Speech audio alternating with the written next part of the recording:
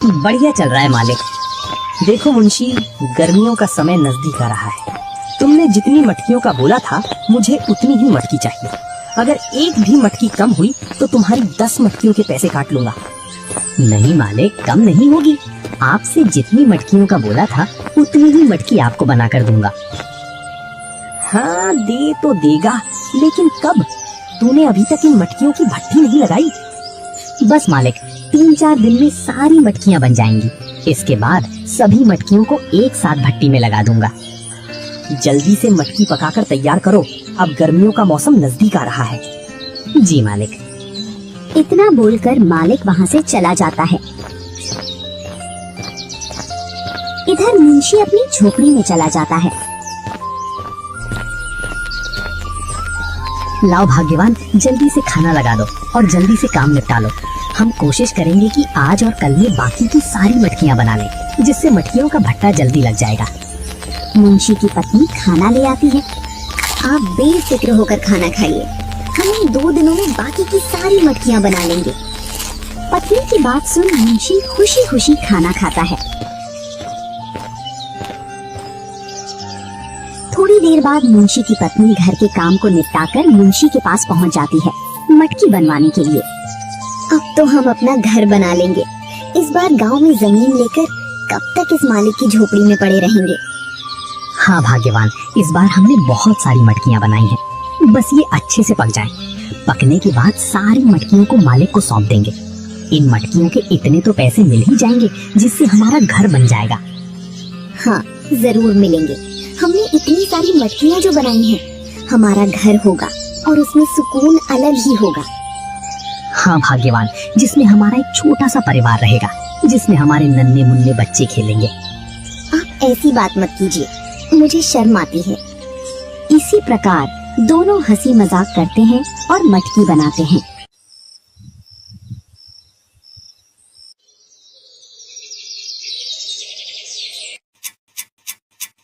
दो दिनों में बाकी की सारी मटकियां बनाकर तैयार कर लेते हैं और कुछ दिनों में वे मटकियां सूखकर पकने के लिए तैयार हो जाती हैं। देखो, अब हमारी सारी मटकियां सूख गई हैं। अब इनका भट्टा लगा देते हैं। हाँ, अब इनका भट्टा लगाकर इनको पका देते हैं।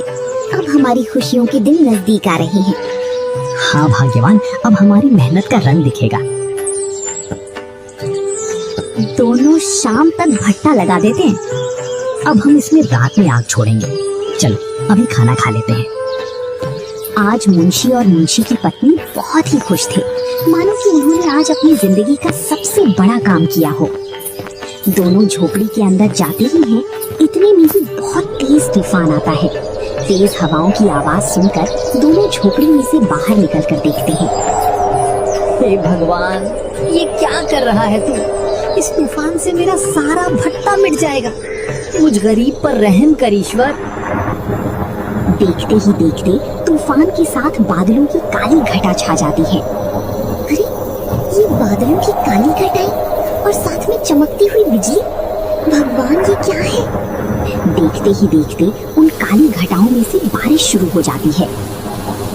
बारिश के साथ ही दोनों के सारे सपने धुल जाते हैं। लगता है हमारी खुशियों को किसी की नजर लग गई।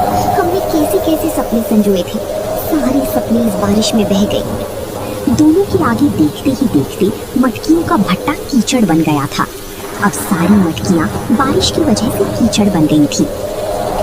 इस भट्टे के साथ हमारे सारे अरमान बह गए भाग्यवान, सारे अरमान बह गए। हमारी सारी मेहनत इस कीचड़ में बदल गई। ईश्वर, ये क्या किया तूने? ऐसा क्यों किया हमारे साथ? बारिश और तूफान चला जाता है, लेकिन चारों ओर अपनी बर्बादी की निशानी छोड़ जाते हैं। मुंशी और मुंशी की पत्नी उदास मन से झोपड़ी के दरवाजे पर बैठ जाते हैं। सारी रात ऐसे ही बैठे बैठे गुजार देते हैं।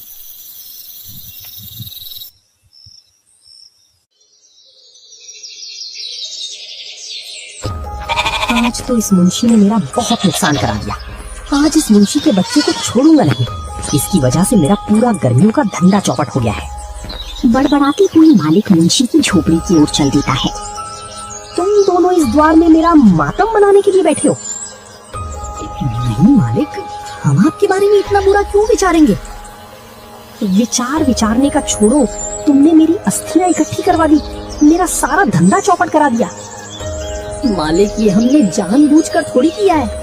ये तो प्राकृतिक आपदा थी और हमारी रूठी हुई किस्मत, जो बारिश सब कुछ तहस नहस करके चली गई। मुझे ना आपदा का पता ना तेरी किस्मत का। ये बता, मेरे इतने बड़े नुकसान की भरपाई कौन करेगा? मालिक, इसमें हमारी कोई गलती नहीं है। हमने तो आपके कहे अनुसार सारी तैयारी समय पर कर ली थी। पता नहीं अचानक से ये आंधी, तूफान और बारिश कहाँ से आ गए। नहीं तो हमने भट्टा भी लगा दिया था, बस आग छोड़ने की देरी थी। तेरे भट्टे में आग नहीं लगने की वजह से मेरे पूरे धंधे में आग लग गई। उसका क्या? क्या मालिक, आपका ही नुकसान हुआ है, हमारा नहीं हुआ? आप तो धन धान्य से संपन्न हो, फिर भी आप नुकसान की रट लगाए हुए हो। जरा हमारे बारे में भी तो सोचो। हम तो मेहनत करके गुजारा करते हैं। जहाँ आपको हमारा साथ देना चाहिए, वहाँ आप हमसे नुकसान की भरपाई मांग रहे हो। अरे मुझे माफ कर देना सेठानी, मैंने आपसे मेरे नुकसान की भरपाई मांगी। चलो, आप मेरे घर चलो। यहाँ तो तुमसे आग नहीं लगी, मेरे घर चलकर उसमें आग लगा देना, जिससे हम भी आपकी तरह रास्ते पर आ जाएंगे। मालिक, मेरा ये मतलब नहीं है। मुझे सब पता है, तुम जैसे गरीबों को हम जैसों का धन खटकता है। तुम तो यही सोचकर बैठे हो, मालिक आएंगे और सारा धन हम पर लुटाएंगे। मालिक, आप बात को गलत तरीके से ले रहे हो। मेरी पत्नी का बोलने का ये मतलब नहीं था। मैं कुछ नहीं जानता तेरी पत्नी क्या बोल रही है और तू क्या बोल रहा है। मुझे तो मेरे नुकसान की सारी भरपाई चाहिए। वैसे भी इन मटकियों को बनवाने में मेरा बहुत खर्च हुआ है, समझे? हमारे पास तो कुछ भी नहीं है जो आपके नुकसान की भरपाई कर दो। हम फिर से इस मिट्टी की मटकियाँ बना देते हैं, उसकी आप हमें एक पैसा भी मत देना, जिससे आपके नुकसान की भरपाई हो जाएगी। इतना बड़ा मेरा नुकसान करा दिया, फिर से मैं तुमसे मटकियाँ बनवाऊं? मैं इतना पागल भी नहीं। तभी मालिक की नजर मुंशी की पत्नी के हाथों पर जाती है, जिसमें उसने सोने के कंगन पहन रखे थे। लाओ, तुम ये अपने हाथों के कंगन मुझे निकाल कर दे दो, इनसे मेरे सारे नुकसान की भरपाई हो जाएगी। नहीं मालिक, ये कंगन मत लीजिए, ये मेरी माँ की आखिरी निशानी है। मुझे मेरे नुकसान की भरपाई चाहिए और तुम्हारे पास इन कंगनों के अलावा और कुछ नहीं है। मुंशी की पत्नी को मालिक की नीयत का पता था, इसलिए वो और झगड़ा नहीं चाहती थी। इस वजह से वो अपने हाथों की कंगन निकालकर मालिक को दे देती है। और हाँ, हम यहाँ तुम्हारे लिए कोई काम नहीं है, तुम यहाँ से जा सकते हो। मालिक, एक मौका और दीजिए, अगली बार ऐसा नहीं होगा। हम कहाँ जाएंगे, हमारे पास कुछ भी नहीं है। तुम कहीं भी जाओ, उससे मुझे क्या। अब मैं और नुकसान नहीं झेल सकता हूँ तुम्हारी वजह से, और तुम लोग शाम तक मेरी जगह को खाली कर देना। इतना बोलकर मालिक वहाँ से चला जाता है। इधर मुंशी और मुंशी की पत्नी अपना सामान लेकर गांव की ओर चल देते हैं। चलो गांव में चलते हैं, कहीं किसी के पास कुछ काम मिल जाए। क्या सोच रहे थे और क्या हो गया, पता नहीं आगे और क्या क्या देखना पड़ेगा। दोनों पूरे गांव में घूम जाते हैं, लेकिन उन्हें कोई भी काम पर नहीं रखता है। हमें कहीं भी सहारा नहीं मिल रहा है। अब तो हमें इस जंगल को ही हमारा घर बनाना पड़ेगा। दोनों जंगल की ओर चल देते हैं। हम जंगल में तो चल रहे हैं, परंतु हम वहाँ काम क्या करेंगे और खाएंगे क्या? जंगल में कभी किसी चीज की कमी नहीं होती है। मैं जंगल में से सूखी लकड़ियाँ लाकर गांव-गांव जाकर बेच आया करूँगा, और तुम मेरे साथ में कुछ जंगल के फल ले चलना बेचने के लिए, जिससे हमारा गुजारा चल जाएगा। दोनों जंगल में पहुंचकर मुंशी और मुंशी की पत्नी जंगल में जाकर मुंशी कुछ सूखी लकड़ियाँ इकट्ठी कर लेता है और मुंशी की पत्नी कुछ फल तोड़ लेती है।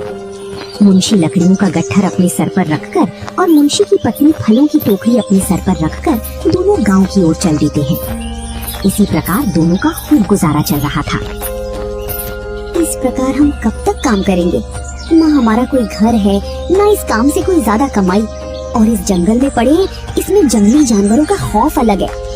हमें ना किसी आसपास के गांव में कुछ काम देख लेते हैं। हमने चारों ओर काम की तलाश कर ली, फिर भी कुछ काम नहीं मिला। तभी हम यहाँ आए। सब होगा, बस तुम थोड़ा सब्र रखो। जब ईश्वर ने खाने की व्यवस्था करा दी तो रहने की भी करा देगा। बस तुम उस समय का इंतजार करो और अपने काम को ईमानदारी से करो।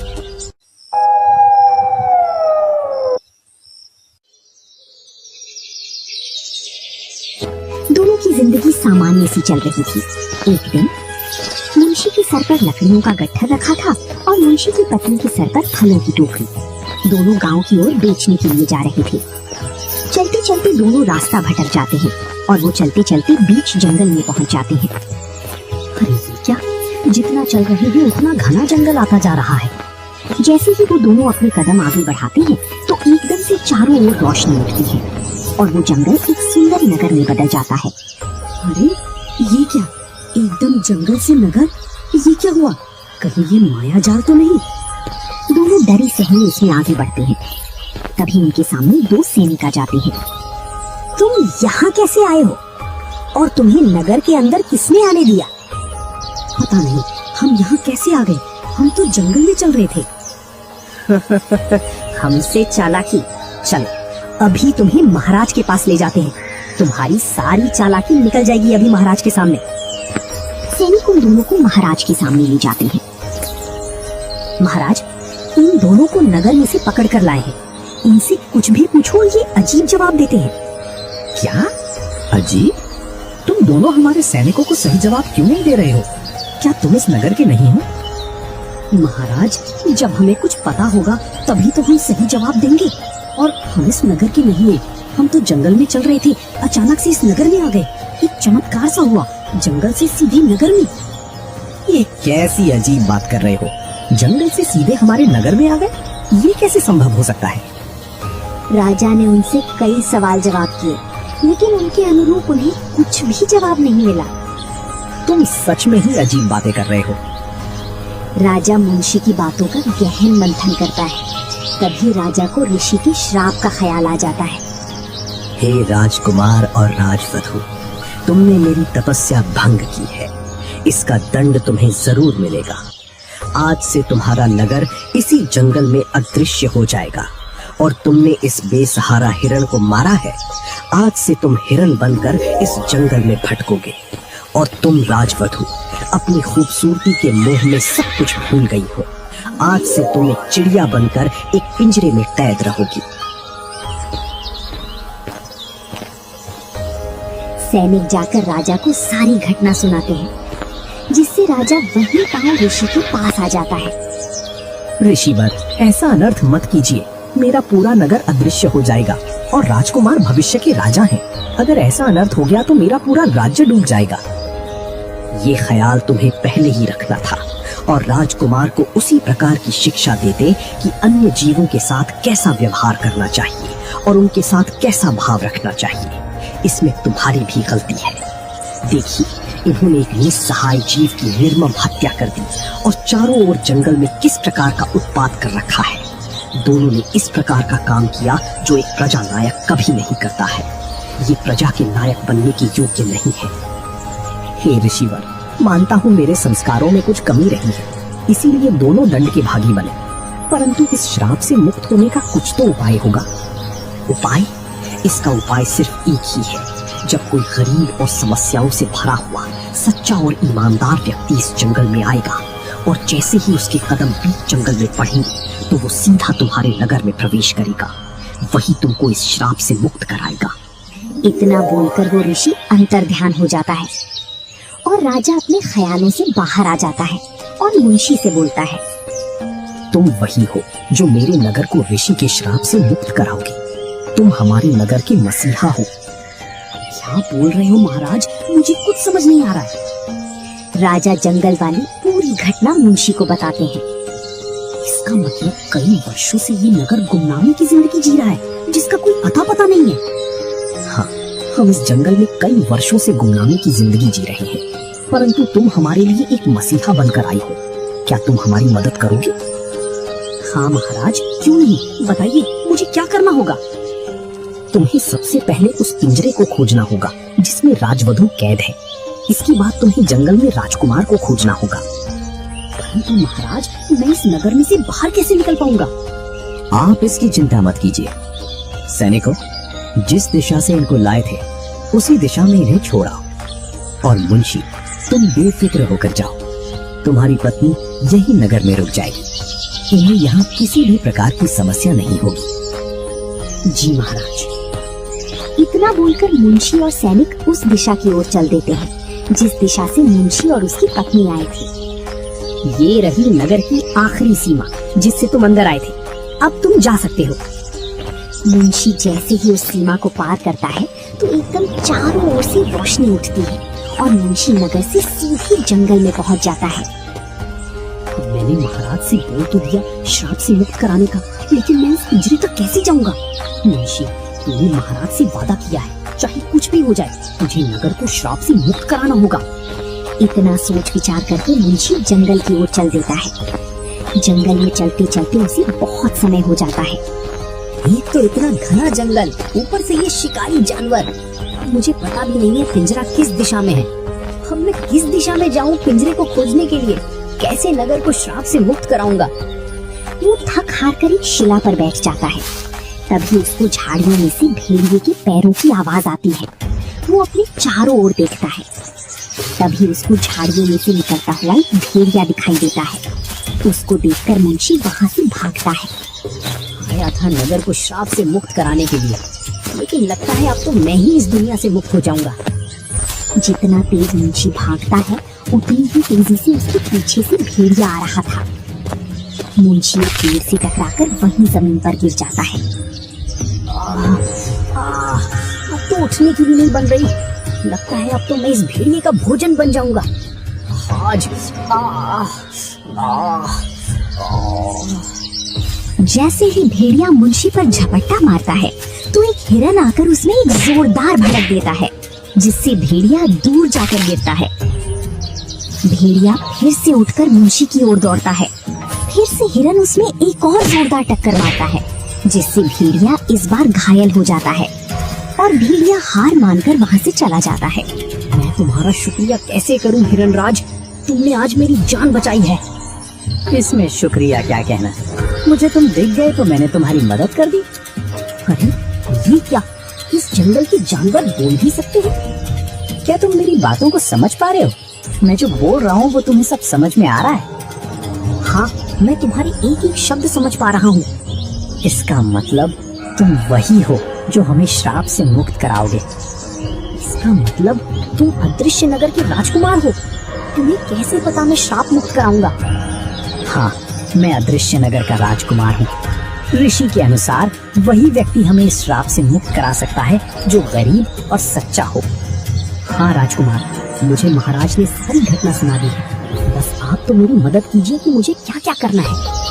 शाम का समय होने वाला है और तुम्हें सबसे पहले उस पिंजरे को चुराना होगा जिसमें राजवधू चिड़िया बनकर कैद है।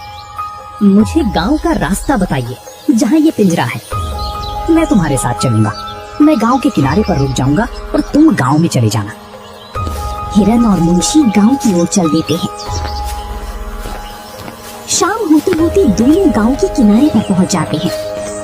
देखो, तुम्हें वो दो घर दिख रहे हैं? उन दोनों घरों के बीच में एक पेड़ है जिस पर दो पिंजरे टंगे हुए हैं, जिसमें एक खाली सुनहरा पिंजरा होगा।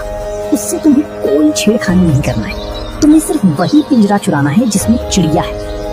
एक बार जब तुम उस सुनहरे पिंजरे को देखोगे तब सब भूल जाओगे। तुम्हें अपनी इंद्रियों पर नियंत्रण रखना होगा, तभी वो पिंजरा तुम ला पाओगे। आप बेफिक्र रहिए, मैं ऐसी कोई गलती नहीं करूंगा। मुंशी गांव की ओर चल देता है। वो वहां पहुंचकर जब सुनहरा पिंजरा देखता है तो वो सब भूल जाता है। अरे वाह, ये पिंजरा तो बहुत ही सुंदर है। ये चिड़िया इसी पिंजरे की हकदार है। मुंशी पिंजरे में से चिड़िया को निकालकर उस सुनहरे पिंजरे में रख देता है। जैसे ही चिड़िया उस पिंजरे में जाती है तो चिल्लाने लगती है। उस चिड़िया की आवाज सुनकर दोनों घर के व्यक्ति बाहर निकल आते हैं। चोर! चोर अपनी चिड़िया को चुरा कर ले जा रहा है, पकड़ो इसको, पकड़ो! दोनों घरवाले मुंशी को पकड़कर बहुत मारते हैं। जैसी तैसी मुंशी अपनी जान बचाकर वहाँ से भाग निकलता है। मैंने तुमसे मना किया था कि उस पिंजरे को ज्यादा मत देखना और अपनी इंद्रियों पर नियंत्रण रखना। मना करने पर भी तुमने उस पिंजरे से छेड़खानी की। मुझे क्षमा कर दीजिए, मुझसे गलती हो गई। अगली बार ऐसा नहीं होगा। अब मैं तुम पर कैसे विश्वास कर लूं कि तुम अगली बार ये गलती फिर से नहीं दोहराओगे? मुझे लगता है ये काम तुम नहीं कर पाओगे। इस काम के लिए मुझे किसी दूसरे व्यक्ति का इंतजार करना होगा। राजकुमार, मुझे एक बार और मौका दीजिए। इस बार ऐसी गलती नहीं होगी। देखो, ये तुम्हारे लिए आखिरी मौका है, वो भी इसलिए क्योंकि तुम इतना बोल रहे हो। गांव वालों को शांत होने दो, इसके बाद जाना। वो दोनों गांव वालों के सोने का इंतजार करते हैं। जैसे ही माहौल शांत होता है तो मुंशी गांव की ओर चल देता है। इस बार मुंशी कोई गलती नहीं करता है और मौका पाते ही उस पिंजरे को उठा लाता है। देखो राजकुमार, मैंने इस बार कोई गलती नहीं की। मैंने इस बार उस पिंजरे की ओर देखा ही नहीं। तुम सच में बहुत ही साहसी हो मुंशी। अब इस चिड़िया को इस पिंजरे में से निकाल लो और इसका एक पंख तोड़ दो। हिरन के कहे अनुसार मुंशी एक पंख तोड़ लेता है। जैसे ही वो पंख तोड़ता है तो चमत्कार सा होता है और वो चिड़िया एक सुंदर राजवधू में बदल जाती है। अरे वाह, मैं ऋषि के श्राप से मुक्त हो गई हूँ। तुम्हारा बहुत धन्यवाद सच्चे मानव। अब इस पंख को मेरे सर पर रखो। हिरन ने जैसे बोला था, मुंशी वैसे ही हिरन के सर पर उस पंख को रखता है। देखते ही देखते वो हिरन एक राजकुमार में बदल जाता है। हे सच्चे मानव, आज तुम्हारी वजह से ही हम श्राप से मुक्त हो पाए हैं। मेरे जैसे लाखों लोग इस पृथ्वी पर हैं, परंतु ईश्वर ने ही मुझे इस कार्य के लिए चुना। मैं बड़ा ही भाग्यशाली हूँ जो मुझे आपकी और आपके नगर की सेवा करने का मौका मिला। अब हम तो इस श्राप से मुक्त हो गए हैं। अब हमें हमारे नगर को इस श्राप से मुक्त कराना है। हाँ राजकुमार, बताइए इसके लिए क्या करना होगा? अब इसके लिए तुम्हें ये पंख संभाल कर रखना होगा और उस सुंदर पिंजरे को लाना होगा। इससे क्या होगा? इसी से तो नगर शाप मुक्त होगा और नगर उसी पिंजरे में कैद है। जैसे ही रात होती है तो तीनों गांव की ओर चल देते हैं और पिंजरे को चुराकर तीनों जंगल में आ जाते हैं। हमने ये पिंजरा तो चुरा लिया, लेकिन इस पिंजरे को राजा के पास लेकर चलना होगा। जब उनके हाथ में ये पिंजरा और ये पंख आएगा, तभी हमारा नगर शाप से मुक्त हो पाएगा। तीनों चलते चलते जंगल के बीचों बीच पहुंच जाते हैं। जैसे ही तीनों अपना एक एक कदम आगे बढ़ाते हैं, वैसे ही एकदम से चारों ओर रोशनी होती है और तीनों जंगल में से सीधे नगर में पहुंच जाते हैं। थोड़ी देर बाद तीनों राजा के सम्मुख पहुंच जाते हैं। मुंशी, तुमने हमारे लिए वो किया है जो आज तक कोई नहीं कर पाया। तुम्हारी वजह से हम फिर से पृथ्वी देख पाएंगे। नहीं महाराज, ये सब तो समय का चक्र है और ईश्वर की असीम कृपा मुझ पर, जो मुझे इस कार्य के लायक समझा आपने। लीजिए महाराज, ये पिंजरा और पंख। राजा जैसे ही उस पिंजरे में उस पंख को रखता है तो एकदम से चमत्कार सा होता है और जो नगर श्राप की वजह से अदृश्य हो गया था, आज फिर से वो नगर पृथ्वी के अस्तित्व में आ गया था। हे सच्चे मानव, हम तुम्हें इस काम के लिए ये राजपाट दें वो भी कम है। हम शब्दों में तुम्हें बता नहीं सकते हैं तुमने हमारे नगर के लिए कितना बड़ा काम किया है। आज से ये नगर तुम्हारा हुआ। नहीं महाराज, मेरे साथ इतना बड़ा अन्याय मत कीजिए। मैंने राजपाट के लिए थोड़ी ये सब किया है। राजा राजा होता है महाराज, और प्रजा प्रजा। आपके बिना ये राज्य अधूरा है महाराज, और मैं इस राज्य की प्रजा के साथ इतना बड़ा धोखा नहीं कर सकता हूँ कि मैं उनसे उनका राजा ही छीन लूं। इस राजगद्दी के हकदार आप ही हो महाराज। मुझे राजगद्दी देकर मेरी सेवा का अपमान मत कीजिए महाराज। हम तुम्हारी भावनाओं का स्वागत करते हैं मुंशी, परंतु आपको हमारी ये बात माननी पड़ेगी। बताइए महाराज, ऐसी कौन सी बात है? आज से नगर के महामंत्री